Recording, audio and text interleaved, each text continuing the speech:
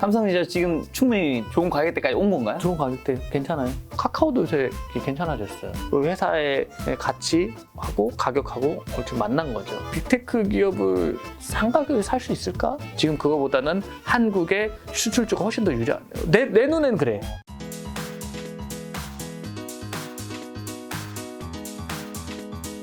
아, 정말 오랜만에 저희 김작가 TV의 거의 첫 번째 고정 게스트였죠, 우리 냉철리. 예.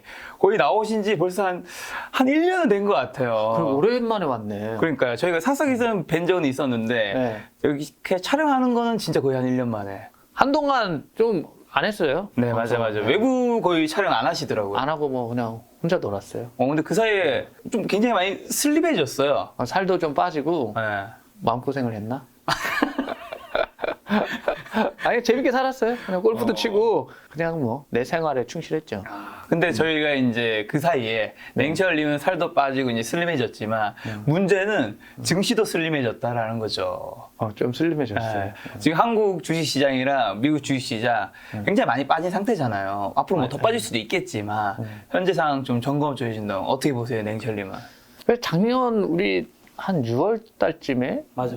그때가 너무 좋았어요. 한 딱 1년 전에가 한참 좋을 때 그때 얘기했죠. 이렇게 좋을 때 안 좋을 거를 대비해야 된다. 네. 그래서 이제 우리 뭐 차익 실현, 저 같은 경우는 이제 차익 실현을 좀 한 걸 가지고 좀 더 빠지기 어려운 것들로 좀 포트 조정을 그때 시작했어요. 포트 조정이 지금 1년째 하고 있는 중이에요. 근데 전년 고점 대비는 우리는 뭐 큰 하락은 없는데 큰 플러스도 없잖아요, 그러면. 마이너스야. 조금 마이너스야. 지루해. 1년간 주식쟁이가 주식으로 돈 못 벌고 쉬고 있는데 지루하죠. 그래서 지금 뭐 힘든 상황인데 미국 주식도 조정 받을 만큼 받았고 한국 주식도 조정만큼 받을 만큼 받아서 괜찮은 종목들이 있어요. 그래서 뭐 괜찮은 종목들 크게 불안할 필요 없이 그냥 자신은 있어요, 저는. 그래서 장에 대한 큰 걱정은 없어요.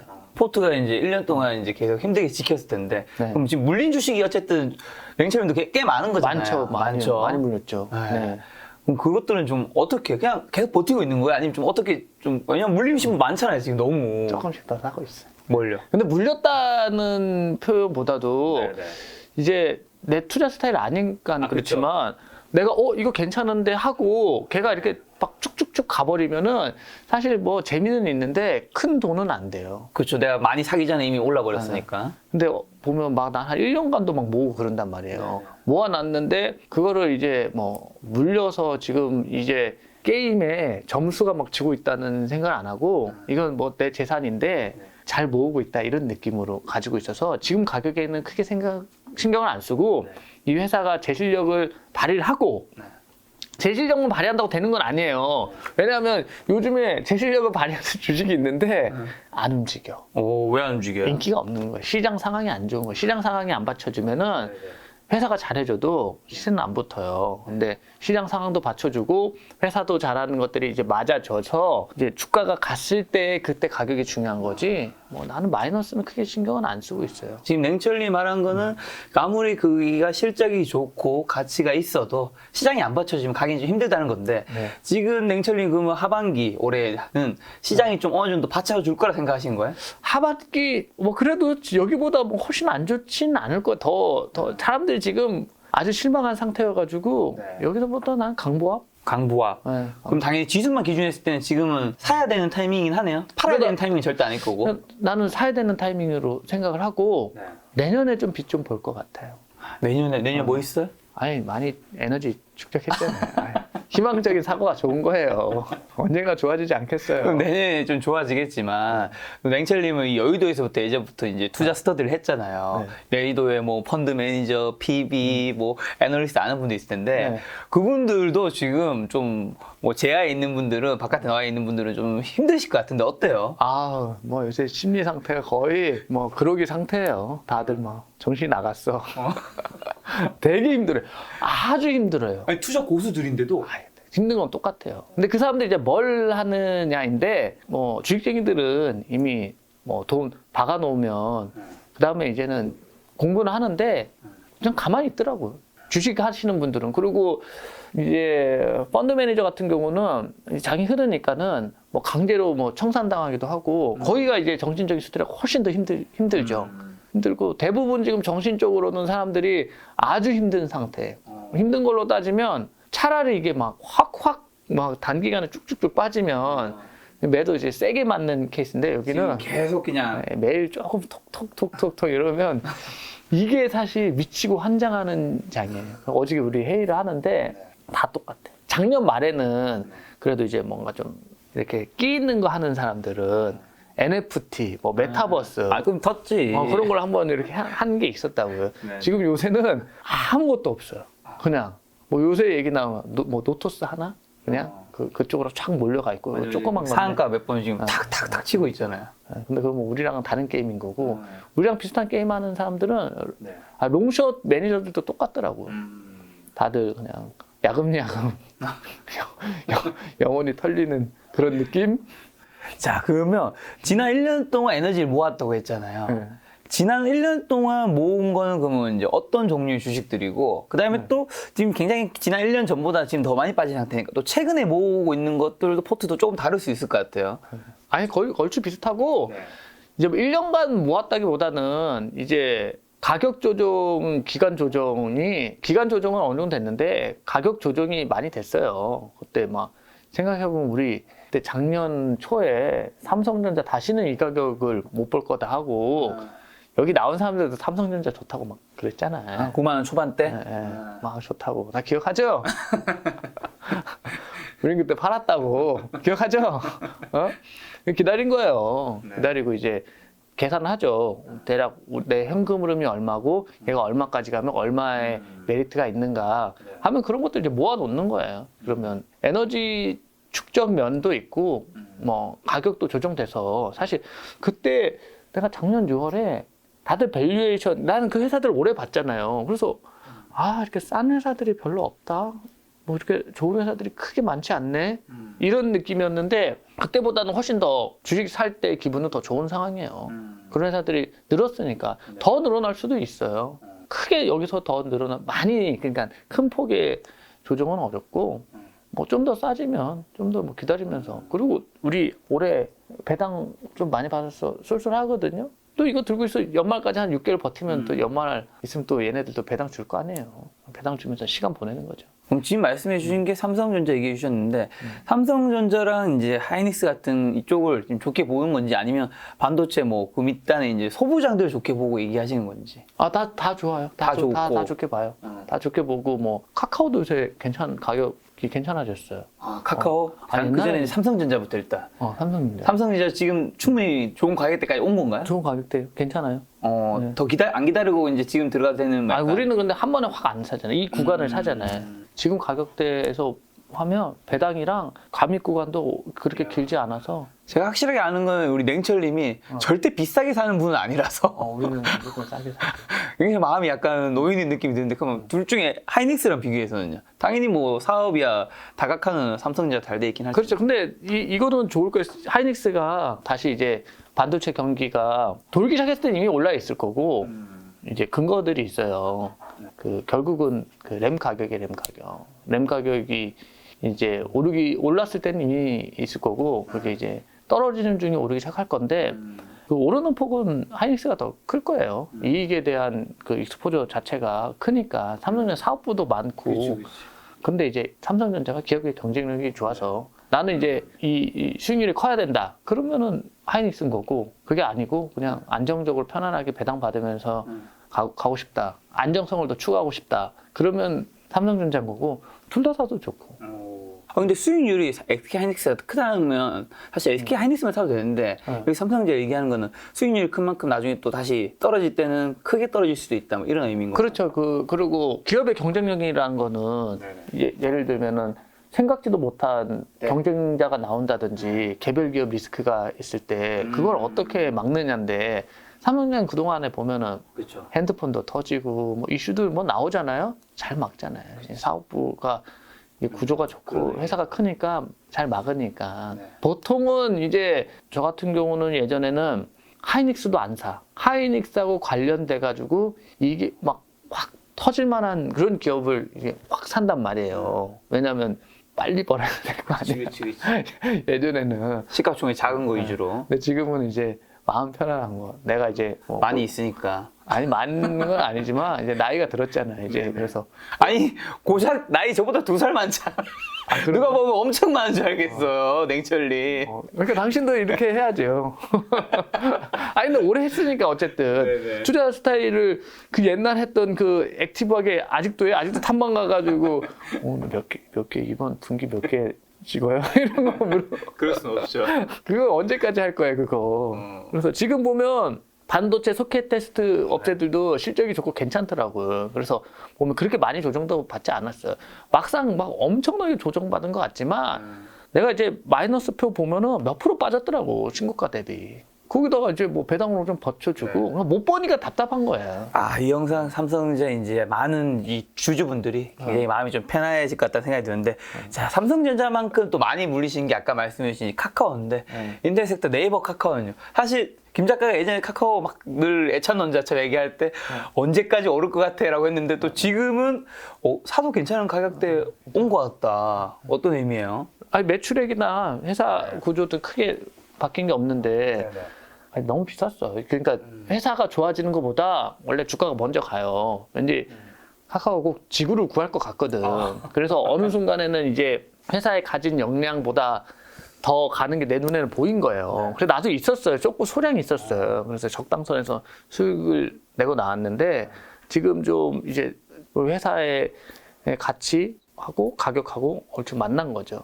지금 여기서는 빠지면 더 괜찮은. 왜냐하면 이 사업 구조가 원체 탄탄해가지고 매출단 보면 지금 카카오 같은 경우는 너무 영업이익에 매몰되지 말고 영업이익은 그 사실 회사 측에서 이제 고정비를 좀 타이트하게 줄이고 뭐 광고 선전비 줄이면서 낼라 그러면 확 또 터지게 낼 수 있거든요. 지금은 규모를 키우는 매출액이 좀 더. 네, 지금은 이런 비즈니스 매출액이 중요한데 매출액 계속 우상향이잖아요. 그러니까 회사는 좋아지고 있는데 가격만 조정받아서 그리고 이슈들이 있었잖아요. 그 사이에 이제 그렇죠. 여러 가지 뭐 정치적인 이슈. 그래서 쏠려서 보면 삼성전자 차트를 보면요.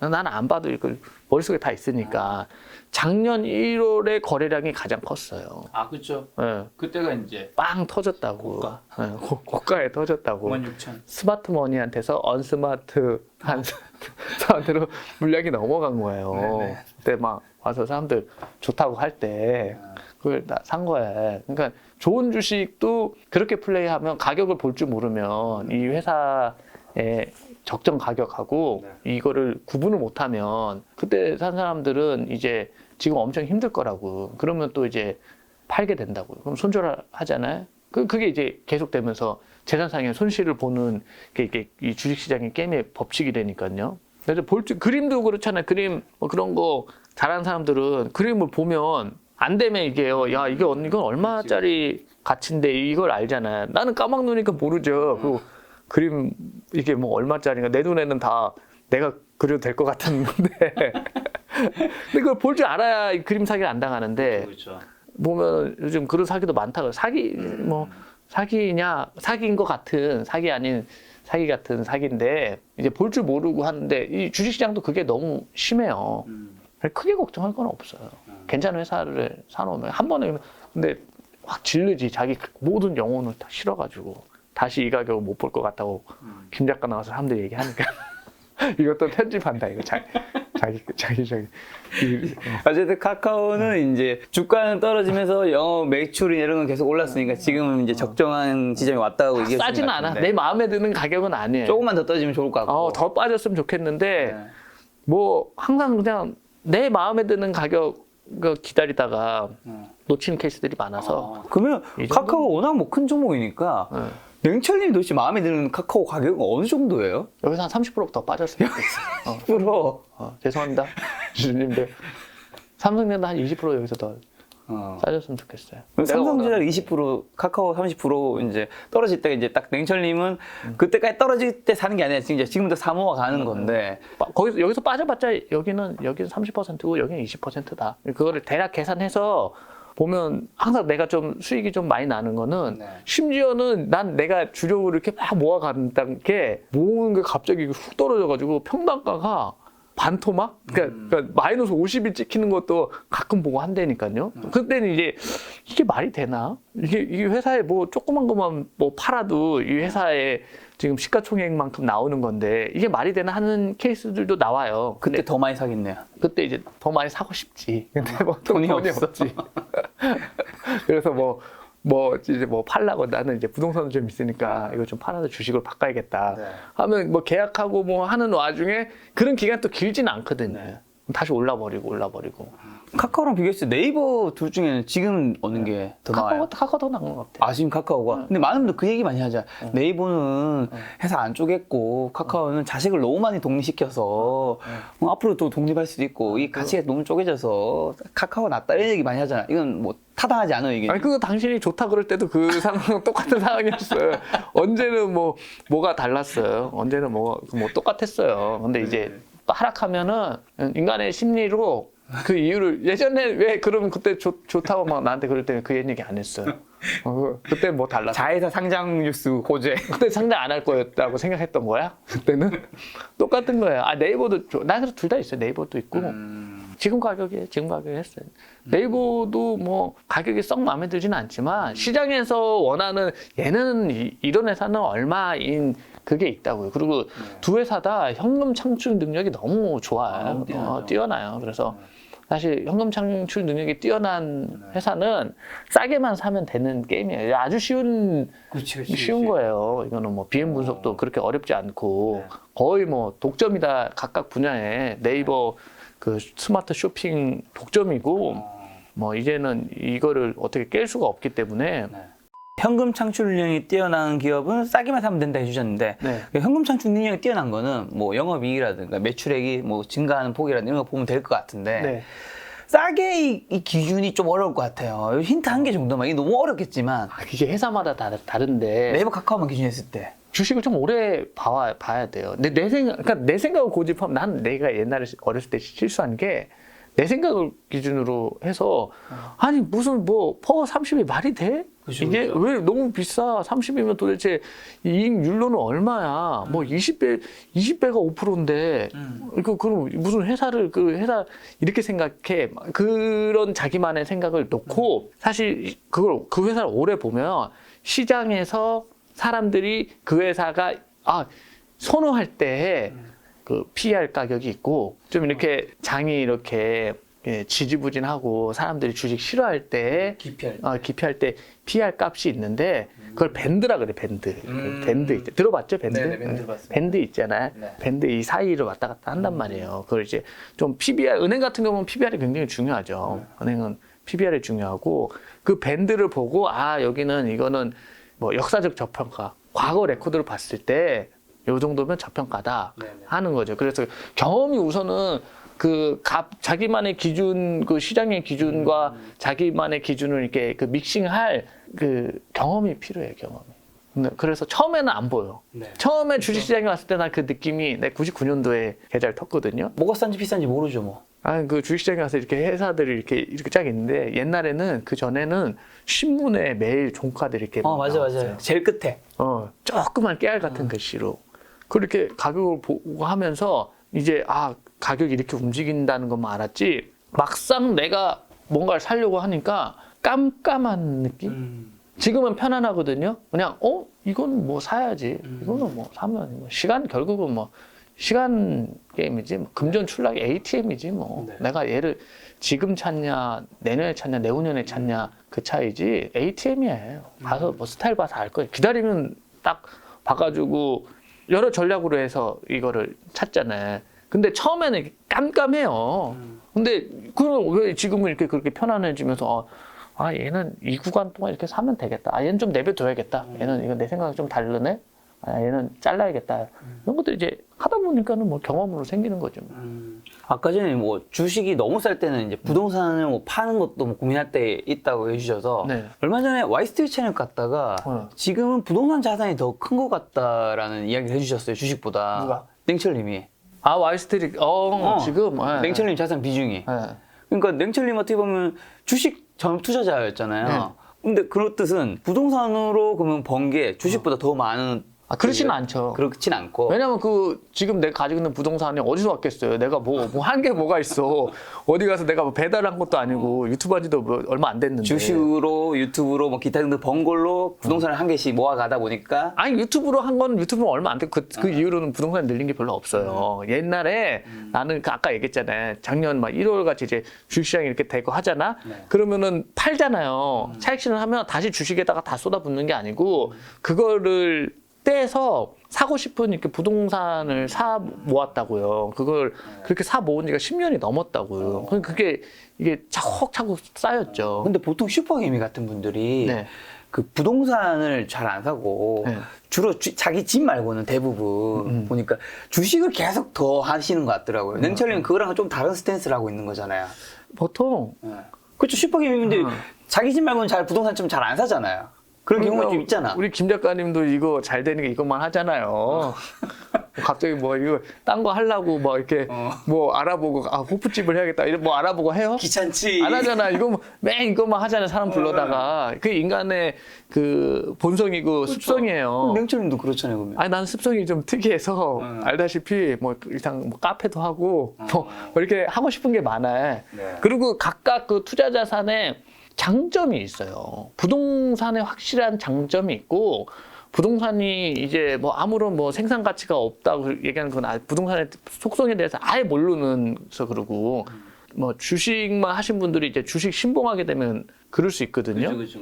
그래서 예전에 어떤 프로에서 잠깐 가다가 봤는데 부동산 하는 분, 비트코인 하는 분, 비트코인. 뭐 주식 뭐 전문가 이렇게 모아놓고 막 얘기를 하는데 우선은 저 코인 하시는 분은 나가 계시고 뭐 할 얘기가 없고 나가 있고 네. 뭐 주식이냐 부동산이냐 이거를 뭐 이게 뭐가 낫다고 그걸 약간 대표해서 뭐 그런 얘기를 하더라고요. 각각 장단점이 있는 거거든요. 그게 뭐가 낫냐 안 낫냐 이런 거는 아니고 할 수 있으면 다 하면 상호 보완할 수가 있어요. 그래서 이렇게 주식시장에 굉장히 좋은 찬스가 왔을 때 부동산을 좀 이렇게 다시 주식으로 좀 바꿔놓고 또 주식을 하다가 주식이 좀 또 인기가 많고 그럴 때 하면 부동산에서 이제 좀 급매물이나 괜찮은 것들이 있어요. 그런 것들 땅이든 이런 것들 좀 사놓으면 난 좋던데요. 여러분들이 그렇게 하라는 건 아니고 난 일종의 주식도 한국 주식만 하는 게 아니라 이제 달러를 해서 그렇죠. 미국 주식을 하면서 서로 이제 배분을 이제 비중을 조절하듯이 자산도 어떻게 보면 이렇게 비중을 그거를 좋아해요. 그래서 미국 부동산이랑 거의 구조가 똑같은 회사들을 리츠들을 좀 이렇게 저는 모아놨었고 그래서 이번에 미국 하락 때 저는 거의 타격이 없었어요. 기술주가 많지는 않았나 봐요. 거의 없었지. 그때 막 다 뭐 말도 안 되는 가격 올라갈 때 기술주들 엔비디아, 테슬라 뭐 그런 것들 막 줄였고 좀 이건 좀 하는 것들은 좀 원래 많지도 않았는데 한동안 이거는 아니다 하는 것들은 줄였고 우리 오히려 이걸 왜 사하면서 욕먹었던 거 오일주들 뭐 엑선모빌 뭐 옥시랑 쉐브론 이런 것들 쭉쭉 올라주고 리츠들은 하방을 받쳐주고 거기다가 우리 그동안 배당 쏠쏠하게 잘 받았단 말이에요. 그래서 지금 환도 올라가가지고 이거 또 얘기하니까 또 자랑이 돼버리네. 잘 살고 있습니다. 네. 그래서 다른 채널에서 빅테크 기업들이 싼 가격에 다가오고 있다고 이제 이야기하시던데, 근데 이 말씀은 다가오고 있다는 거지 이제 사도 된다는 느낌까지는 아닌 것 같은데, 그럼 언제 사야 하는지랑 그리고 이번에 빅테크를 산다면 좀 어떤 쪽? 빅테크가 지금 좀 빠져도 싼 가격은 아니에요. 근데 싼 가격은 아닌데 이렇게 생각해요. 빅테크 기업을 싼 가격에 살 수 있을까? 이거를? 강남 아파트 같은 그런 느낌? 싼 가격에 살 수 있을까? 내가 그냥 줍줍이 될까? 완전 싼 가격은 불가능하겠죠? 적당한 가격에. 근데 지금은 미국 빅테크 기업에 사는 것보다 난 그거 굉장히 불리한 게임이라고 보는 거죠. 지금 그거보다는 한국의 수출주가 훨씬 더 유리한. 내 눈엔 그래. 한국의 개별 기업 수출들이 훨씬 유리해요. 왜요? 원달러 환율이 이제 떨어질 거니까? 아니 원달러 환율이 지금 높은 상황이니까. 네, 높은 상황이잖아요. 그러니까 달러가 비싸니까 한국의 지금 그 수출 기업들이 실적이 터진 애들이 있어요. 좋죠. 수출하는 기업. 난 이걸 사겠다는 거지. 그래서 내 전략은 배당 받은 걸 가지고요. 환전을 해요. 그러면 원화를 많이 쳐줄 거 아니에요. 얼마 전에 내가 1200 50원, 56원까지 봤어. 80원에도 막 하고 90원에도 막 받고 맞아. 했단 말이에요. 90원까지 갔었죠. 그걸 바꿔가지고 그걸 가지고 이걸 사는 거예요. 이게 난 좋다고 생각하니까. 그러면 이게 올라야지. 내가 원하는 건 얘가 올라야지. 그렇죠. 그러면 내가 오르면 얘를 파는 거죠. 팔았을 때 그때 환율이 낮아야지 또 1,100원대여야지.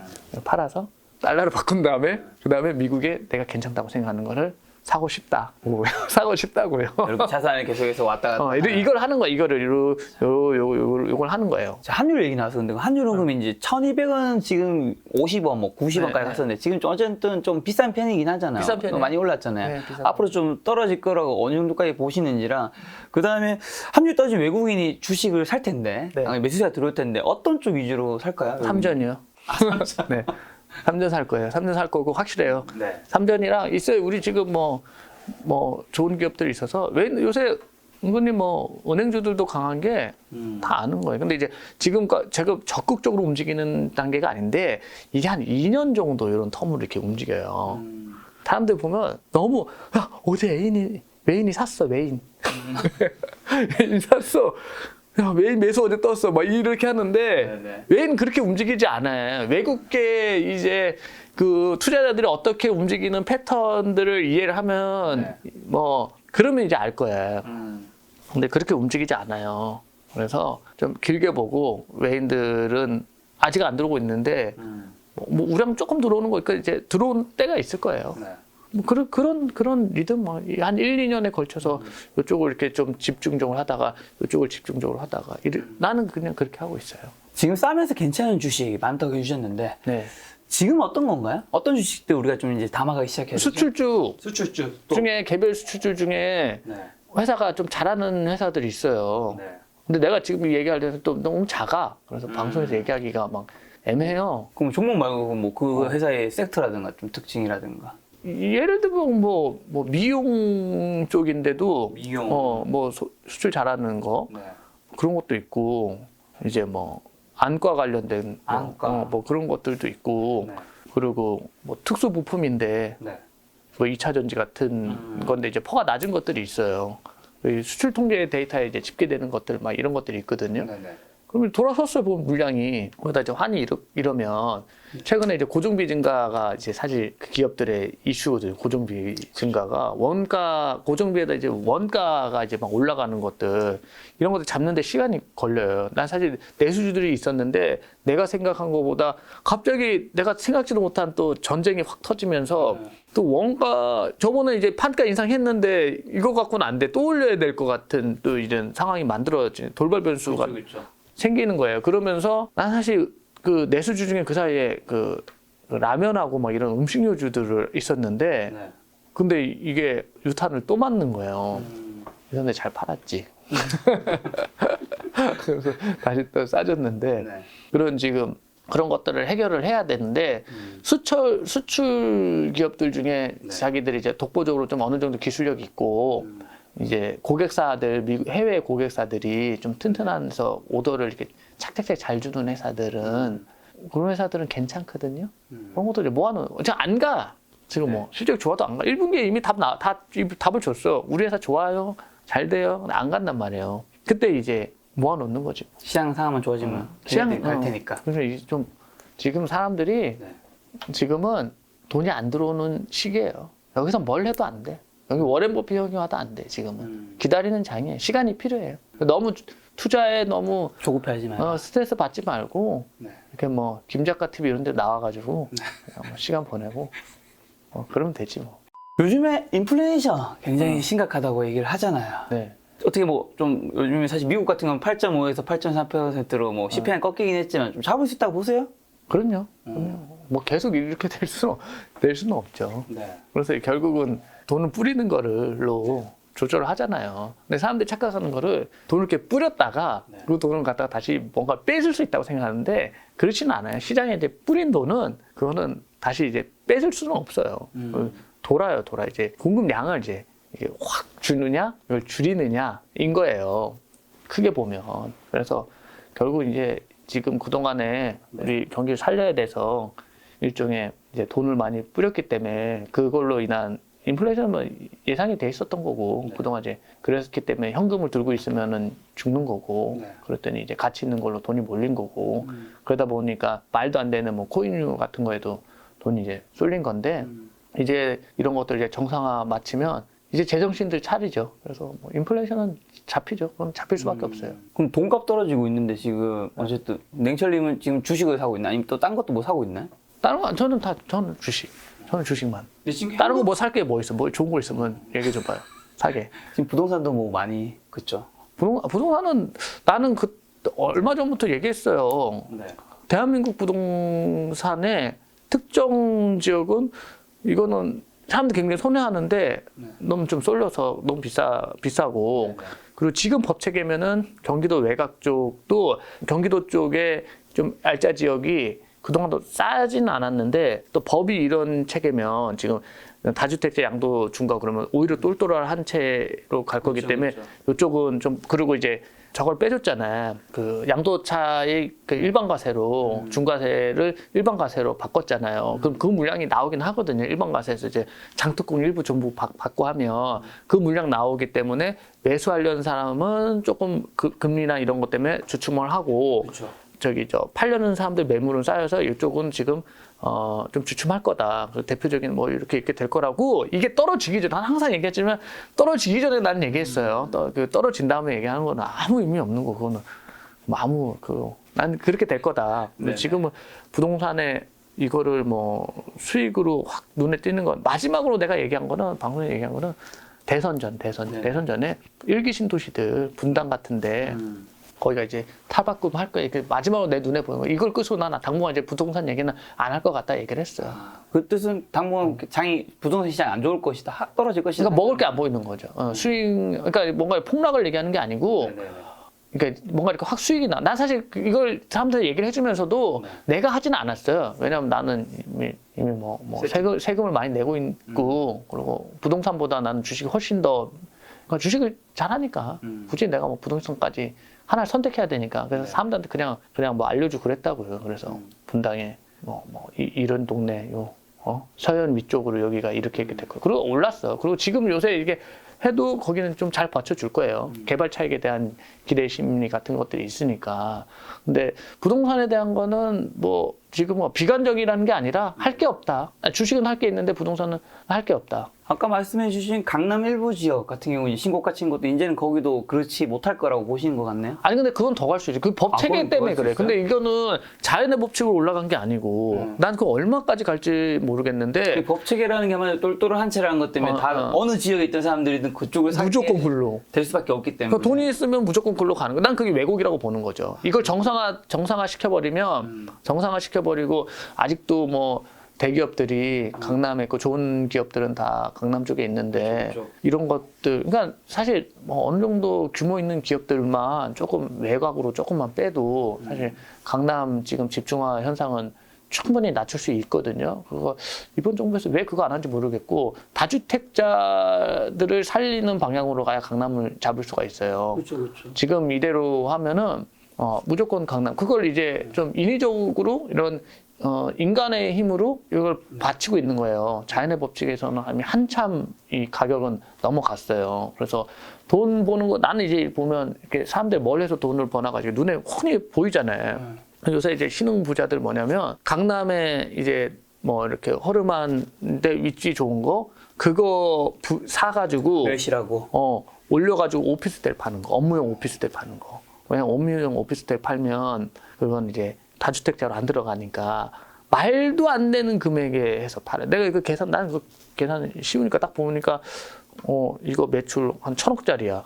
근데 뭐 땅 가격 그 원가 계산 쉽거든요. 토지비, 시공비, 사업비. 저거 700억이면 넉넉하게 했네. 한 2년 하고 300억 버는 거야.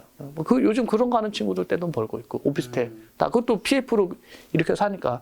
또 이제 시장에서는 그거 팔리니까 뭐 PF도 잘 나오고, 그거 이제 시행하는 친구들 좀 뭐 떼돈 버는데, 이렇게 눈에 보이죠. 지금 시장을 법 때문에 걔네들이 떼돈 버는 거예요, 지금. 이제 시장 정상화 시켜버리면, 다주택자를 죽이는 거는 그거는 진짜 서민들 죽이는 거거든요. 그걸 이제 깨닫고 이제 다주택자들을 그냥 시장의 공급자로 이제 제대로 보게 되면 지금의 이런 왜곡 현상은 사라지죠. 그러면 강남의 지금 그 가격들이 좀 정상화 좀 될 수 이제 다주택자들에 대한 것들을 좀 풀어주면 이제 강남 집값이 신고가 치는 것도 막을 수 있다 얘기해 주셨는데 그럼 일단 강남 신고가를 불러일으킨 다주택자를 과연 풀어줄 것인지 안 풀어줄 것인지가 중요할 텐데 이번 정부에서는 어떻게 풀어줄 것 같으세요? 모르겠어요. 그러니까 나는 항상 그런 거를 이제 인위적인 부분을 신경을 안 쓰고 나만 거기 안 들어가는 거죠. 나는 그러니까 내가 생각하는 그 가치보다 벗어난 거는 그냥 그거는 이제 나는 이용을 안 하는 거죠. 안 사면 되니까. 그 대신 필요하면은 저 임대하면 되니까. 근데 임대는 거품이 낄 수가 없거든. 전세 거품이라고 들어봤어요? 그건 불가능해요. 임대 거품은 어쩔 수 없으니까 내가 뭐 필요하면 나는 그냥 임대해서 쓰는 거지. 복잡하게 이걸 이번 정부에는 이걸 풀어줄 거야. 뭘 할 거야. 예측을 그냥 잠깐은 생각할 수 있는데 그 내 생각이 내 그 자본을 투여하는 결정에 그 가정을 넣어서 하진 않아요. 냉철이 생각에는 비싸고 더 오를 여지가 있지만 하지만 이게 만약에 바뀌었을 때 떨어질 확률도 굉장히 크기 때문에 굳이 내가 위험은 감수하지 않는다. 난 안 한다. 좋은 기회가 있을 때 오면 좀 세월이 이번에 많이 사람들이 마음이 다쳐가지고 아마 그렇게 해도 아마 다주택자들이 마음이 많이 다쳤을 거예요. 왜냐면 그 사람들 사실 악인도 아니고 그냥 열심히 살아가지고 하나하나 모은 거거든. 열심히 한 그 노력과 피땀이 거의 역적이 돼버리는 이거에서 마음이 다쳐서 아마 누가 다음번에 다주택을 하려고 하겠어. 왜냐면 또 정권 또 바뀔 수도 있잖아. 그러면 또 이제 저 사람들은 죽여야 된다. 대못 박아도 된다. 그러면서 열심히 사는 사람들 그냥 다 그냥 징벌적 과세로 갖다가 다 그냥 보내버리. 어떻게? 나부터도 안 하고 다시는 안 하고 싶어. 지금 정리가 안 되니까 지금 이러고 있는 거예요. 지금. 근데 냉철이 현금 비중 지금 거의 없다면서요? 없죠. 근데 주식 하시는 분들은 현금 비중은 거의 필수 같은 거 아닌가요? 이것도 종목으로 생각하면서 가지고 있어야지. 왜냐하면 주식 시장이 이게 지금 싸게적긴 했지만 이거 상황에 따라서 막 더 떨어질 수 있는데. 좋은 얘기예요. 그래서 예전에는 나도 현금 비중을 좀 가지고 있었는데 그건 이제 우선은 시장을 좀 맞출 수 있다는 전제면 굉장히 유효해요. 근데 아예 못 맞히지는 않거든. 사람은 아예 못 맞힌다 그랬는데 그렇지는 않고 좀 분위기 같은 거 파악해가지고 확실히 좀 이걸 내가 주변 사람들 봐도 이런 거 조절을 잘하는 사람들이 한데 그래서 저는 그래서 구조를 바꾼 거예요. 옛날에 22년 하면서 얼마나 많은 이런 경험을 했겠어요. 그래서 지금은 그 현금 흐름 구조를 임대료도 조금 있고 이제 배당들 들어오는 거는 나는 이제 해외 것들은 이제 월 배당이나 분기 배당 하는 것들로 이렇게 좀 세팅을 해놔서 현금 들어오는 거를 마련을 해서 예를 들면 얼마 전에 어떤 연예인 부부가 1,000억짜리 빌딩 샀는데 임대료가 2억이라며. 1,000억짜리인데? 얼마 안 되는 거지. 세금 대고 하면 그러니까. 채권 회사채네. 근데 어제 그게 들어오잖아요. 그러면 현금 흐름이 1년에 이렇게 해서 월에 한 2억 정도 되면 1,000억짜리 빌딩 있는 것 같은 그런 효과인 거예요. 그래서 그런 현금 흐름에 대한 구조를 좀 세팅을 해놨어요. 그래서 마음은 편해. 그냥 떨어지면 더 떨어져라. 그럼 그거 좀 들어오는 것 같다. 좀 더 사고 또 만약에 안 되면 배달의 민족이라도 띄워가지고 안 되나? 요새는 배달의 민족. 그거를 현금 흐름이 들어오는 걸 약간 현금이라는 생각으로 조금 구조를 짜놨어. 근데 나는 가난하니까 얼마 되지는 않아. 그냥. 현금이 없어도 어쨌든 달마다 들어오는 캐시플로우가 있으니까. 한 달 50만 원씩 들어오는 것 같다. 50만 원씩 사는 거지 꼭 이거는 자르지 마세요. 50만 원. 너무 작나? 100만 원 할까? 거의 공 몇 개는 더 붙여야 될까요? 100만 원 할게. 100만 원. 100만 원. 리오픈이나 음식료, 원자재, 시멘트 관련 자산을 요즘 다 많이 줄였다면서요? 누가요? 냉철님이요. 제가 다른 영상에서 봤는데. 그때 좀 올랐어. 네. 그때 줄였죠. 그때 줄였어. 줄이고 그리고 그 다른 영상하고 지금 텀이 몇 달 될 텐데. 네? 그 줄인 걸로는. 줄였어요. 줄인 것 같다. 딴 데 또 후루룩 빨려 들어갔지. 그리고는 시멘트 잘 팔았는데 또 파업해가지고 또 후루룩 잘 팔았다. 그렇게 생각하고 있었지. 맞아요. 잘 팔았다. 원자재, 시멘트, 음식료 그때 라면 올라간 거, 리오프닝 해서 시세 받은 거 잘 팔았다. 네, 잘 팔았습니다. 요즘에 금융주 싸 보인다면서요? 그때 그때. 어. 지금 또 아니에요? 아니, 싸 보여. 아, 그럼 안 올랐어. 네. 그 가격에. 거기서 그 중에서도 어느 쪽이죠? 은행하고 뭐 보험 쪽 뭐 짤짤이 치고 있어요. 거기서. 은행하고 보험인데. 이거. 그럼 은행으로 치면 사실 은행은 뭐 시중 전국 은행이 있고 지방은행이 또 있잖아요. 네. 어느 쪽이 싸게는 지방은행이 싸고요. 그래서 네. 지방은행도 있고, 그건 이제 은행들은 다 거의 얼추 비슷해요. 어느 은행은 막 일을 잘해가지고 뭐 돈을 많이 벌고, 어디는 못해서 그럴 수가 없어요. 기본적으로 이게 그 예대 마진인 거예요. 그렇죠. 예대 마진하고 이제 그 대출을 옛날에는 저축은행들은 얘는 어디서 대출해 준 줄 모르니까 거기서 터지면 옛날에 저축은행 상장사도 많았는데 다 사라진 거 알아요? 하나 남아있어 하나 남았고 싹 사라졌거든. 그러니까 뭐 엄한데 대출해주고 뭐 오너 친구에 그래가지고 그게 이제 큰 문제가 생겨서 지금은 굉장히 그 깐깐하게 우리 금감원에서 잘 지도를 해주시고 있죠. 그래서 그 은행들마다 할 수 있는 역량이란 게 별로 없어요. 그냥 시장 매크로 보고 가는 건데 매크로 상황인데 뭐든 그러면은 이게 다 오르냐 그게 아니야. 이상하게 뭔가 똑같이 좋아지는데 얘는 좀 쏠려서 주가가 좀 가고 얘는 못 가고 있어. 그럼 얘 좀 샀다가 못 가네? 받고. 지금 뭐 KB금융, 신한지주, 하나금융주가 여기선 대장인데 몰라 누가 난 못 간 JB 금융지주 있었는데 네. 올라가지고 그냥 팔아가지고 거야? 얘가 제일 쌌거든요. 얘 팔고 나니까 그냥 얘랑 비슷한 밸류에이션에 또 다른 지방이 있어가지고 걔 샀고 그거 사고 뭐 그리고 메이저 회사 중에 KB랑 뭐 얼추 있었는데 KB는 오르고 뭐 다른 것들은 좀 안 오른 거 있어가지고 네. 그냥 그거 뭐 좀 샀다가 하고 근데 은행주를 뭐 가지고 뭐 몇십 프로 먹겠다 30% 40% 먹겠다 이런 건 아니고 그렇죠. 오나미 오나미가 뭐죠? 5% 나면 미련 없이 던져. 오나미 하고 있어요. 참 쪽팔리나 아직 할 게 없으니까 이런 거 은행주 갔다가 그냥 오나미 하다가 오나미에서 물렸다. 네네. 배당 받자. 배당 받아서 복구하자. 은행주를 그럼 지금 좋게 보는 거는 뭐 금리 인상 시기 이것 때문인 건가요? 그렇죠. 이 괜찮을 거예요. 이미 뭐 기대출도 하고 아니 그 예대 마진이 그러니까 시중 금리하고 조달 금리하고의 이 차이를 보는 건데 지금 은행에 돈을 잘 벌 수밖에 없어요. 그래서 근데 이제 은행들이 쭉쭉쭉 빠질 때는 시장에 위험이 이제 감지될 때. 그래서 미국 은행 맨날 스트레스 테스트 하잖아요. 그래서 그 시장에 뭔가 충격이 왔을 때 은행들이 어떻게 버티냐인데 우리나라 은행들 아마 뭐 전 세계 최고로 저거야. 뭐 그러니까 보수적이에요. 아주 보수적이에요. 그리고 대선도 왕창 쌓아놨어. 네. 쌓아놨고 대출 대부분이 또 부동산 베이스인데 또 LTV 뭐 DTI로 꽉꽉 잘 묶어놔가지고 상각률 자체가 주의 요주의로 넘어갈 것들이 별로 이게 전체적인 그림에서 뭐 어렵다. 안정성은 있고 그러면 뭐 배당컷 없을 거고 이제 배당에 대한 리스크는 그거야. 이제 나라에서 배당해주지 마. 그렇죠. 우리나라는 시중은행한테 그런 이야기를 좀 그 하죠. 말도 안 그거 진짜 말도 안 돼. 그 어느 나라에서도 감비아에서도 있을 수 없는데 전 정권은 그걸 했거든요. 에이 이번에는 안 하겠지. 하는 거죠. 이번에도 야 배당에 그걸 한다. 아이 그러면 탄핵감이지 뭐. 전 여기서 빠지겠습니다. 자, 그럼 향후에 금리 인상이랑 QT는 이제 6월에 또 있잖아요. 네. 앞으로 좀 어떻게 보세요? 이것들은 지금 주가에 다 반영된 걸까요?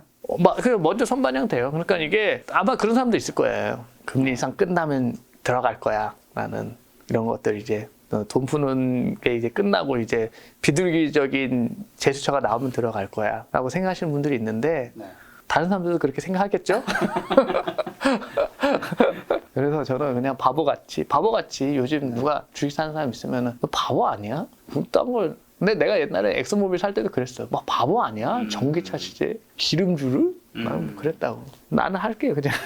아마 냉철님은 시장에서 좀 뭔가 소외됐을 때 관심이 안 몰렸을 때 좀 모아가고 단순히 이제 관심만 없다고 문제라기보다는 본질을 잘 봐야죠. 사람들이 오해하고 지금은 하여간 사람들이 뭘 싫어하고 뭘 안 할지는 알겠어요. 그래서 뭐 이런 것들 다 어느 정도는 우려를 했었던 거고. 지금 사람들이 뭘 싫어하고 안 하나요? 아니 금리 인상 시기하고 돈 해소한다는데 인플레이션 심하고 여기서 무슨 투자를 해. 그렇지. 은행에서 딱 있어야지. 그러니까 그 얘기는 무슨 얘기냐면 어딘가에 다 돈이 있다는 거야. 근데 이제 들어오길 기다리는 거지. 난 먼저 가 있겠다고요. 좀 이따 와 이렇게 하는 거지. 좀 이따 와. 걔네들 다 올 거야 오기는. 근데 나는 먼저 들어가 있을게요. 네. 기업 경쟁력이 뭐 테슬라, GM, 현대차가 괜찮다고 했는데 왜 타사 대비 괜찮다고 보는지랑 또 그럼에도 불구하고 테슬라 주가는 아직도 뭐 비슷하다고 하시던데. 테슬라는 우선 어려워요. 난 회사가 좋다는 건 인정. 또 테슬라를 되게 쌀 때부터 매매를 했는데 테슬라는 그냥 일반적인 이제 전통적인 자동차로 보기에는 어려워서 더군다나 정말 구현이 되면 이제 FSD가 완전 완벽히 구현이 되고 또 여기서 이제 뻗어나갈 수 있는 비즈니스 엄청 나거든요. 그렇죠. 뭐 보험도 가능하고 또 FSD로 가는 와중에 이걸 또 뭐 구독하고 그걸 또 인해서 또 사람들의 데이터 분석도 하고 그걸 또 이용한 비즈니스가 엄청나게 있기 때문에 사실 지금 뭐 이걸 자동차 회사로 봤을 때는 아직도 비싸다고 보는데 요거는 그게 이제 거기 대표님이 얘기한 거는 안 된 지가 지금 꽤 오래됐어. 난 되게 옛날부터 이 회사 홍보를 할 때랑 거기 대표님이 얘기하는 거를 들었으니까 로보택시 이제 곧 된다. 그게 지금 몇 년째인 거예요. 그래서 테슬라 같은 회사는 이제 전혀 다른 시각으로 봐야 되는데 아직은 뭐 그래요. 들어갈 마음은 없어요. 왜냐면 그런 거에 대한 게 이제 뭐 가시적이지도 않고 또 너무 그동안 좀 이런 꿈과 희망이 너무 쏠린 게 있어서 아직 그런 것들이 꿈과 희망이 덜 빠졌다고 생각하니까 근데 아직 정말 최고 회사라는 거는 생각합니다. 그리고 현대차 같은 경우는 보세요. 퍼도 싸고 기업 경쟁력이 괜찮아요. 그래서 테슬라 빼고 그래도 그 어댑티브 크루즈 컨트롤을 그렇게 좀 안정적으로 구현할 수 있는 회사가 많지 않고 GM 같은 경우는 보면은 구조조정도 미리 했고 원래 규모가 컸는데 바른 방향으로 잘 가고 있어요. 여기도 자율주행과 전기차 베이스로 가는 제품 경쟁력들이 굉장히 뛰어나요. 그래서 제품 나오면 괜찮네? 그리고 괜찮은 거 준비하네? 괜찮은 방향으로 가네? 가면서 회사들 현금 창출 능력도 훌륭하고 괜찮네? 안정적으로 좋아 보이네? 그래서 뭐 GM하고 현대차 좋아 보이는 거고. 그럼 기아는요? 동생. 아니 기아차가 제일 싸요. 기아차가 제일 싸고 제품 경쟁력. 현대차는 현대차 기아 그룹으로 보지. 모비스, 현대차, 그렇죠. 기아차 세 개를 얘기하는 거죠. 그쪽은 다 괜찮다. 자, 그럼 다른 쪽 드라이브 건다면 다른 쪽 어디 걸어요? 드라이브는? 이번 정부는? 로봇하고 이제 그 4차 산업은 뭐 그냥 그대로 가는 거고요. 근데 이제 좀 구체적인 건 AI하고 로봇. 로봇이 재밌는 것도 많이 나올 거예요. 많이 보게 될 거예요. 재밌는 것들. AI가 제일 발달한 기업은 글로벌로 쳤을 때는 구글이잖아요. 단연코. 네. 그럼 구글은 어떻게 보세요? 구글은 뭐 항상 내가 아서 빅테크 기업은 얼마에 사냐예요. 얼마에 사냐 문제인 거지. 좋게 보죠. 좋게 보는데 지금도 여전히 뭐 싸다고 보진 않으시는 것 같네요. 그 지금은 다른 거 할 것 내가 할 게 있어. 내가 지금 여기서 보면은 여기 더 유리하다고 판단해. 투자라는 게 그냥 덮어놓고 막 그런 거 있잖아요. 덮어놓고 삼성전자 나는 그걸 투자라고 생각하지 않는다니까요. 그걸 그냥 뭐 그냥 적금. 그래도 뭐 비트코인에다가 비트코인 이거보단 나. 그거보다 난데 이게 던지는 거지. 그게 아니라 전략을 가지고 인사이트를 가지고 이걸 좀 예술로 좀 승화를 하는 게 그게 이제 투자인 거죠. 사람들이 투자가 뭔지를 모르는 사람들이 대부분이에요. 투자 뭔지 한번 정리해 주세요. 투자는 우선 뭐 가치의 베이스를 뒀냐 뭘 하냐 뭐 그런 얘기 있잖아요. 가치 투자군요. 그렇죠. 투자라는 거는 가치의 베이스를 두고 내가 자본을 투여하면 그게 투자인 거예요. 그렇죠. 근데 가치에 대한 거를 착각하던가 가치에 대한 거를 생각 안 하고 내가 그냥 이거를 변동성으로 이거를 차익을 낼 마음으로 들어가는 거는 도박입니다. 도박. 그게 그 차이입니다. 근데 대부분 도박하면서 이건 투자야 그러잖아. 그런 거죠. 가치에서 착각하거나 생각 안 하거나. 어느 쪽이든 사실 가치를 측정하지 못하기 때문에 투자가 참 어려운 것 같아요. 대부분의 투자자들은. 그러니까 못하니까 그냥 궤변으로 갔다가 그동안 사실 여기는 와가지고 뭐 가상화폐, 코인류 막 찬양하고 간 사람들 많이 있죠. 가상화폐 쪽은 뭐 없어요? 출연하신 분 그렇게 많지는 않았어요. 예, 있잖아요. 근데 뭐 그런 거야. 그거 와서 하는 얘기가 그거야. 뭐냐면 메타버스, 미래사회, 4차 산업, 뭐 내가 좋은 거 다 갖다 붙여요. 구체적으로 그거 갖다가 뭘 하냐고 하면 아무것도 하는 게 없잖아요. 지금 세월이 그 정도 시간을 줬으면 10년 줬으면 됐잖아요. 그럼 뭘 그거 갖고 코인 갖고 뭘 했어야 되는 거 아니에요. 코인으로 사람들이 이거 해가지고 내가 100원에 사서 110원에 팔았네 말고 다른 용도 뭐가 있어요. 그거 말고. 근데 그 오신 분들 다 그 얘기했을 거야. 메타버스 빠짐없이 4차 산업, 메타버스, 뭐 NFT, 가상화폐는 뭐 거의 종합 세트 같은 느낌이 그래서 있었죠. 뭐 미래사회, 꿈과 희망에. 그럼 냉철님은 방금 말씀하신 메타버스 세상이 안 올 거라고 보는 거예요? 아니면 오죠. 온다 하더라도 너무 많이 주가가 그렇게 받는 거예요? 아니 메타버스하고 가상화폐하고 뭐 어쩌라고요? 어쩌라고? 메타버스 세상이 되면은 그거 갖고 비트코인 어쩌라고? 뭐 이더리움 어쩌라고? 인간관계가 없잖아. 그게 없잖아. 그 아저씨한테 물어봐요 오면. 아 그리고 메타버스에서 아니, 그걸 뭐 거래하는 이제 화폐라고 이제 뭐 많이들 이야기를 하셨죠. 그걸로 거래하는 화폐라. 그리고 좋은 게 있어요. 네. 루나라고 있는데 그건 이제 달러하고 연동을 하는 막 시가총액 12래 12. 다음 섹터 가도록 하겠습니다. 자, 건설 섹터는 좀 어떻게 보세요? 건설 섹터는 돈은 괜찮게 버는데 네. 센티가 너무 안 좋아가지고 그냥 센티멘탈적인 면도 그렇고 지금 요즘 이제 부동산이 주춤하잖아요. 그렇죠. 그러면 건설주가 힘을 받기가 어려워요. 지금. 그래가지고 싼데 또 안 갈 것 같아. 또 시간이 좀 더 필요할 것 같아.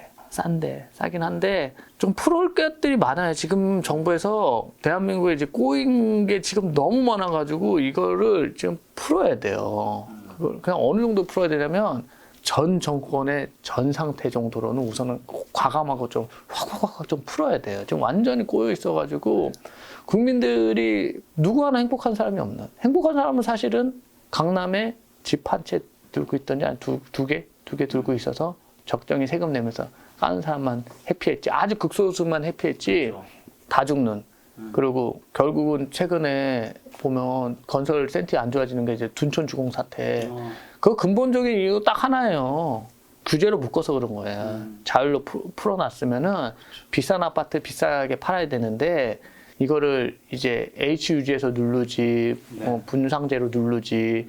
근데 그 사이에 건설비, 건축비는 오르지, 집값은 오르지. 그냥 결국은 그게 뭐냐, 그 토지주들, 그 둔촌 중앙에 몇십 년 산 그 토지주들의 자본을 뺏어다가 그거를 뭐 건설사가 가져가는 것도 아니고 불특정 누군가 모르는 그 청약한 사람들한테 자본을 몰아주는 거예요. 그게 평당 한 3천만 원 정도의 그 로또 아파트들이 생기는 거예요. 그럼 그게 정당하냐는 거예요. 그러면 평당 3천만 원이면 30평짜리 아파트면 얼마예요? 34평 우리 보통 사는 집이면은 10억이야, 10억. 10억을 그 한 채당 10억을 둔촌 주공 주민의 그 사람들 뭘 잘못했어? 그 사람들의 돈을 뺏어다가 그러면은 그 둔촌 주공에 그 청약해서 들어가는 사람들의 그 10억 차익은 그 사람들은 그럼 뭔가 엄청 좋은 일을 하고 뭔가 그런 걸 받아야 되는 사람이 아니잖아. 그 중에 범죄자도 있을 거고 좋은 사람도 있을 거고 아무 인간관계도 없잖아. 근데 이제 그 결국은 그 무지로 그런 법을 만들어가지고 결국은 가장 큰 피해자는 집 가진 죄인 돼버린 거지. 둔촌주공 집 가진 죄인 돼버리고 건설사들 일도 힘들어지고 남는 것도 없어져 버리고 힘들어졌죠. 그리고 건설자 주주들, 그리고 주변 상인들, 온 국민이 개고통만 받는 그냥 이런 누구 하나 승자가 없는 둔촌주공 사태는 누구 하나 승자가 없는 온 국민이 패배하는 사태란 말이에요. 무지로 인한 돌려놓으라고요. 네? 듣고 계세요? 돌려놓으시라고 그냥 분상제의 같은 그냥 과감하게 희룡이 형 그냥 다 없애야 되는 거예요. 그거는 뭘 보완을 자시고 할 문제가 아닌 거예요. 결국은 그런 걸 묶어놓으면은 아파트 값이 싸게 분양되고 싼 거 같이 착각을 하는 거지. 그냥 사람들이 그랜저 타고 다닐 거 소나타로 깎는 거고 아니면 아반떼로 그냥 줄이는 거예요. 아반떼를 아반떼 가격에 파는 게 그게 싼 거예요. 눌러가지고 그랜저 타게 하는 게 오히려 그런 고급 주택이 나오는 게 집값 안정화에 전체적으로 나라 경쟁력이 훨씬 더 좋은 길이에요. 그거를 아셔야 된다고요. 근데 알아도 못해. 표 때문에. 왜냐면 대부분의 표를 주는 사람들은 이 메커니즘을 이해를 못 하거든요. 그렇다고 뭐 나는 없으니까 분탕. 나도 그러니까 방관자가 되는 거야. 요즘에 이제 점차 해외 여행 이제 많이 조금씩 나가기 시작하더라고요. 네, 얼추 많이 풀렸죠. 저 리오프닝 돼서 그런 거일 텐데 항공 호텔 레저 여행 있죠. 네. 뭐 좋게 보는 쪽 있으세요? 아니요, 없어요. 이미 그거 이제 그거는 한참 전에 이제 시세 받을 다 갔고 그쪽 세타들 그래서 뭐 어느 정도 살아났는데 그동안에 입은 데미지가 너무 커가지고 재무적으로 볼 게 없어요. 이쪽 세타는 다. 백화점 편의점 쪽은요? 괜찮아요. 백화점, 편의점 괜찮아요. 둘 다? 백화점 둘 다 괜찮아요? GS는 주가가 아주 많이 떨어져가지고 가격적 매력도가 생겼고, 네. 뭐 BGF 같은 경우는 실적 좀 좋아지면서 올라갔고, 근데 이제 GS가 빠진 건 다 그 이유가 있어요. 이유가 있고 회사들이 가격대가 괜찮아요. 가격이 괜찮아요. 편의점 쪽들이. 편의점도 괜찮고 백화점도 지금 백화점 주식이 가격이 괜찮아요. 그러니까 버는 돈에 비해 가지고 시가총액이 괜찮다고. 그럼 백화점이라든가 그런 데서 파는 의류들은요? 의류 섹터. 의류 세타 중에 그 의류 세타 얘기 많이 하는데 네. 의류 세타들이 돈을 괜찮게 벌고 있어요. 근데 골프 쪽 같은 경우는 이제 시장이 좀 우려하는 게 지금 잘 벌고 있는데 네네. 골프 트래픽이 이제 지금 정점 아니냐. 그쵸. 이제 뭐 73들 얼추 다 치시는 것 같더라고요. 유행의 그 지금 성장에서 조금 좀 부침이 오지 않을까 하는 우려가 있고 나머지 쪽은 뭐 그냥 뭐 특이한 상황 없이 그냥 장사 잘 되는 케이스? 옷들은? 자, 오늘 뭐 여러 섹터 이야기했고, 아까 전에 초반에는 뭐 미용과 안과, 뭐 특수 2차 전지 섹터 좀 좋게 본다 해주셨는데, 만약 종잣돈 한 5천만 원 있으면, 어디에 좀 어떻게 조금 배분하면 좋을까요? 나는 5천만 원이면 네. 어디라기보다는 우선은 전략을 세워서 5천만 원이면 올해 쓴다, 올해. 올해 다 투자를 올해 한다. 한 6개월 동안 나는 한 번에 다 하는 건 아니고. 한다. 지금 시간이 좀 필요한데 지금 시간이 필요하다고요. 그냥 여기서 좋으니까 이렇게 하는 적은 거야. 네. 연말에 좀 유리할 수도 있단 말이에요. 네네. 그러니까 올해 산다는 개념으로 오케이. 6개월 걸쳐서. 6개월에 그럼 한 달에 뭐 한 800만 원씩 사면 되겠네. 네, 그렇죠. 800만 원씩. 네. 그래서 그걸 전략을 올해 좀 산다. 그래서 오케이. 올해 씨를 뿌리고 내년에 거둔다고 생각하고 우량주들이 그냥 이런 투심으로 갔다가 많이 떨어진 것들이 많이 있어요. 그래서 수출 대장주들 사고 그리고 빅테크 대장주들 중에 또 일부 좀 넣고 네. 그리고 아까 금융주들 좀 집어넣고 그렇게 해서 한 박스를 한 10종목 박스를 짜가지고 그거를 갖다가 올해 이제 투하를 하면 내년도에 순차적으로 수확 가능한 타이밍이 올 거예요. 말씀해 주신 걸로 바탕으로 하면 코스피로 기준했을 때는 거의 한 1에서 30이 시가총액에 대부분 좀 많이 들어가 있겠네요. 그렇죠. 그렇죠. 뭐 괜찮아요. 아니 대형 우량주 중에 지금 자동차도 수출주예요. 괜찮아요. 자동차도 괜찮고 지금 또 건자재 중에서도 네. 뭐 훌륭한 기업들이 좀 있어요. 완전 눌려 있는 것들이 있다고. 네. 그런 것들하고 은행들하고 이렇게 축축 넣으면 한 10종목 금방 세팅하지. 어떻게 보면 5천만 원 10종목은 좀 많은 편 아닌가요? 아니 근데 우선은 우리가 하려는 게 네. 화끈한 그 도파민을 느끼고 싶은 거예요? 아니면 돈을 벌고 싶은 거예요? 그거를 결정해야지. 돈을 벌고 싶은 거죠. 도파민을 느끼고 싶으면 한 종목 몰빵하면 되지 뭐. 그러면 화끈하잖아요. 근데 이제 수익률은 평균 수익률은 그 10개를 제대로 된 걸 하면 그 하나를 했을 때하고 크게 벌어지지는 않을 거예요. 크게 벌어질 수가 없어요. 네.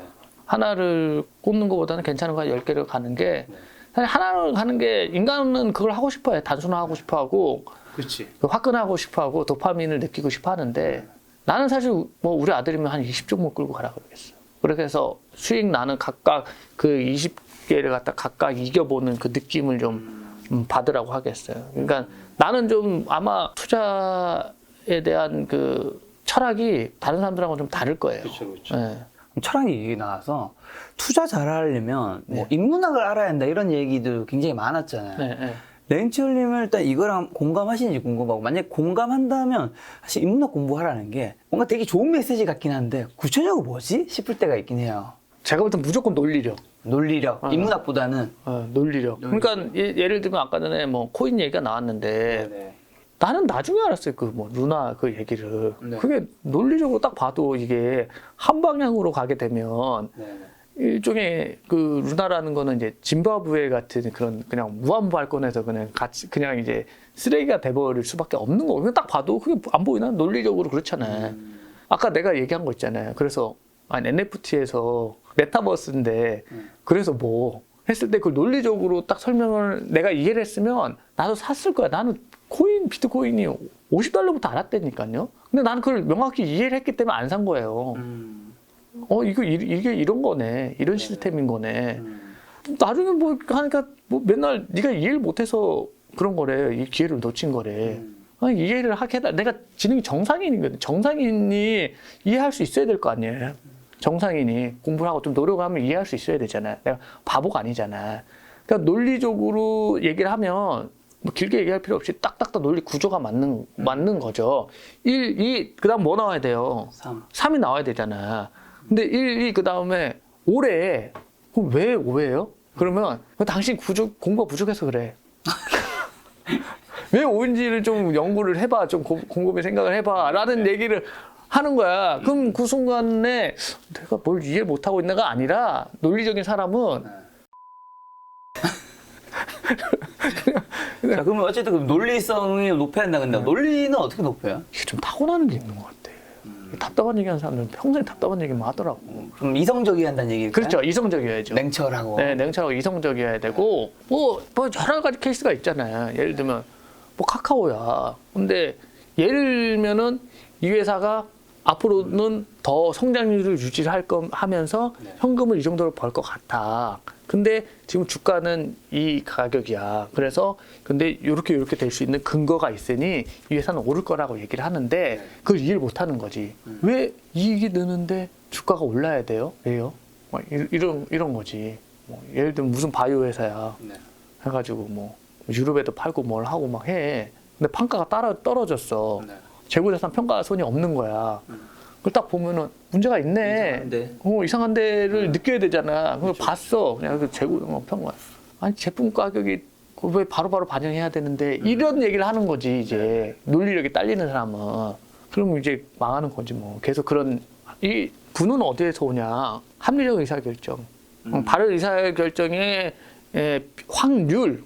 당연히 어떤 사람도 아마 워렌 버핏도 실수를 하고 누구도 다 실수를 할 건데 이제 오류가 많다. 내가 보다 합리적인 의사결정률이 90%인 사람이 우리 오늘 와서 계속 의사결정을 할 거 아니에요. 선택을 할 거 아니에요. 거기서 계속 90%의 제대로 된 의사결정을 한 사람과 10%의 제대로 된 의사결정을 하는 사람이 시간이 지나지면은 이렇게 벌어지지. 이렇게 벌어지죠. 그게 저도 말씀하신 합리적 의사결정, 이 확률에는 너무 공감하는 게 확률이 높은 사람이 기회를 많이 가지면 거기서 어쨌든 많은 성공들을 할 거잖아. 그렇죠.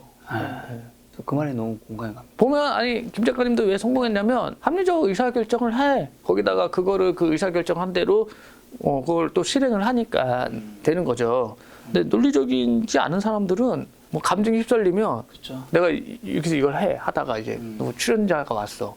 무슨 코인이 좋대. 아 그래? 그럼 훅 들어갔다가 한 며칠인데 아닌 거다. 그럼 막 떨려. 확 팔아. 다음 내일 출연자가 무슨 주식이 좋대. 확 들어가 막. 합리적 의사결정이 아니 누가 봐도 논리적이지 않잖아요. 가슴이 울리는 대로 움직이는 거잖아요. 그 망하는 거지 뭐. 그렇죠. 뭐 성공한 사업가나 투자가 분들은 확실히 그쪽에 접근할 때 감성보다는 이성으로. 근데 내가 볼 때는 국민의 한 40%는 합리적인 의사결정을 할 수 있는 논리력 그 능력 자체가 없어요. 그래서 그 비논리적인 이야기를 하는 정치인들한테 표를 주게 되지. 그걸 또 그 합리적인 정치인은 그걸 알고 그 사람들 공략을 하는 거고. 세상이 그렇습니다. 네, 자 젊은 시절의 냉철린, 지금의 냉철린 무엇을 잘하고 좀 무엇을 못하게 되었을까요? 그리고 만약에 젊은 시절의 냉철님에게 투자 조언을 해준다면 뭐 젊을 때가 지금부터 잘한 건 아니었을 테니까요. 뭐라도 못한 게 있을 거예요. 지금도 젊지요. 근데 이제 뭐 우선은 예전에는 훨씬 성실했죠. 네네.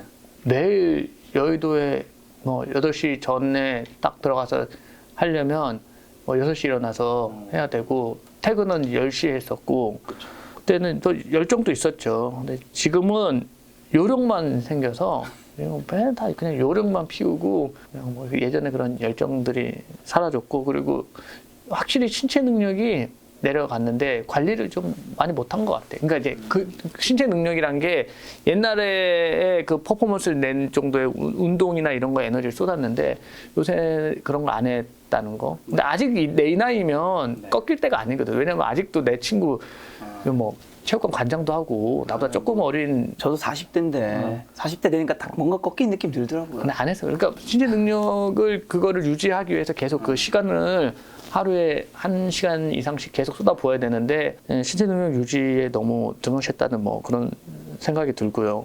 젊은 시절에 냉철하게 조언을 해준다면 참 잘하고 있어, 자네. 아주 훌륭해. 내가 자기애가 너무 높아. 아니 내가 가끔 그런 생각을 할 때가 있어요. 네. 옛날에 나를 생각할 때가 있으면 네네. 지금 내가 너무 아니라고 허접하니까 좀 저거 하니까 옛날에 내가 그 뭔가 의심이 있었어요. 항상 네네. 나 부자 될 수 있을까? 아, 그쵸. 그런 생각할 수 있죠. 나 잘 살 수 있을까? 맞아. 그래서 그런 거에 뭔가 두려움에 쌓여서 막 열심히 했는데 참 보면은 큰 실수 없이 아주 자네 잘했어. 아주 뭐 크게 의심하지 말고 그냥 그대로 쭉 하면 제가 만나는 이제 그게 나야. 유튜버 중에서 자기애가 참 높은 분이 두 분 있는 것 같은데 한 분이 냉철님이고 한 분 제가 누구 얘기할 것 같으세요? 명진이? 슈퍼맨 김정. 아 정한이 형님. 두 분 다. 형님은 반성 좀 하세요 좀. 예? 형님 형님은 좀 자기 체면이고 나는 뭐 한결같이 성실하게 일만 했어. 알겠습니다. 두 분 뭐 친하시니까 하는 멘트니까 여러분 오해하지 마시고요. 마지막으로 하반기 증시 좀 투자 포인트라 눈여겨야 될 이제 뭐 변수라든가 뭐 투자 조언만 좀 한마디 부탁드리겠습니다. 지금은 이제 심리 컨트롤이에요. 심리에서 무너지는 사람들 하나둘씩 나오고 요즘 슬픈 얘기 많이 들어요. 나는 사실 요새 막 딱 했을 때 아 어떻게 흘러가겠구나. 그때 한참 그러니까 사람들이 막 코인이나 이런 거 열광하면서 말도 안 되는 거 할 때 어떻게 이번에도 또 많이 하겠구나 생각했는데 정말로 요새는 젊은데 본인상 죽은 사람들이 나오고 또 뭐 강남 쪽에서 나도 많은 동생들이나 뭐 여자애들 뭐 인싸 이런 친구들이 그런 거에다 돈 빌려주고 해서 서로 고소하고 울고 불고 요즘 뭐 아마 그런 송사들이 좀 있을 거예요.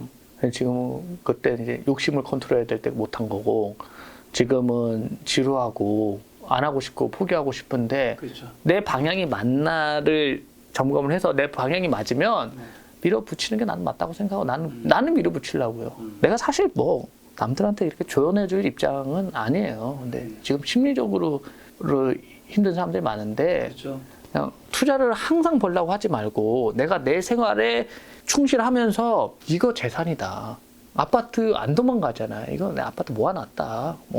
시세 오르든 떨어지든 난 관심 없다. 하고 내일 또 열심히 하면서 유리한 데다가 자본을 옮겨놓고 하면 좋은 결과 있을 거라고 생각합니다. 알겠습니다. 냉철님의 말씀대로 좀 논리력이 우리가 좀 높아져서 투자 실력도 높아졌으면 좋겠다는 생각이 들었습니다. 오늘 만나뵌 손님은 1년 만에 만나뵌 전업 투자자 냉철님이었습니다. 지금까지 여러분 소중한 시간 함께 해주셔서 정말 감사합니다. 오늘도 김 작가였습니다. 고생 많으셨습니다. 네, 수고하셨습니다.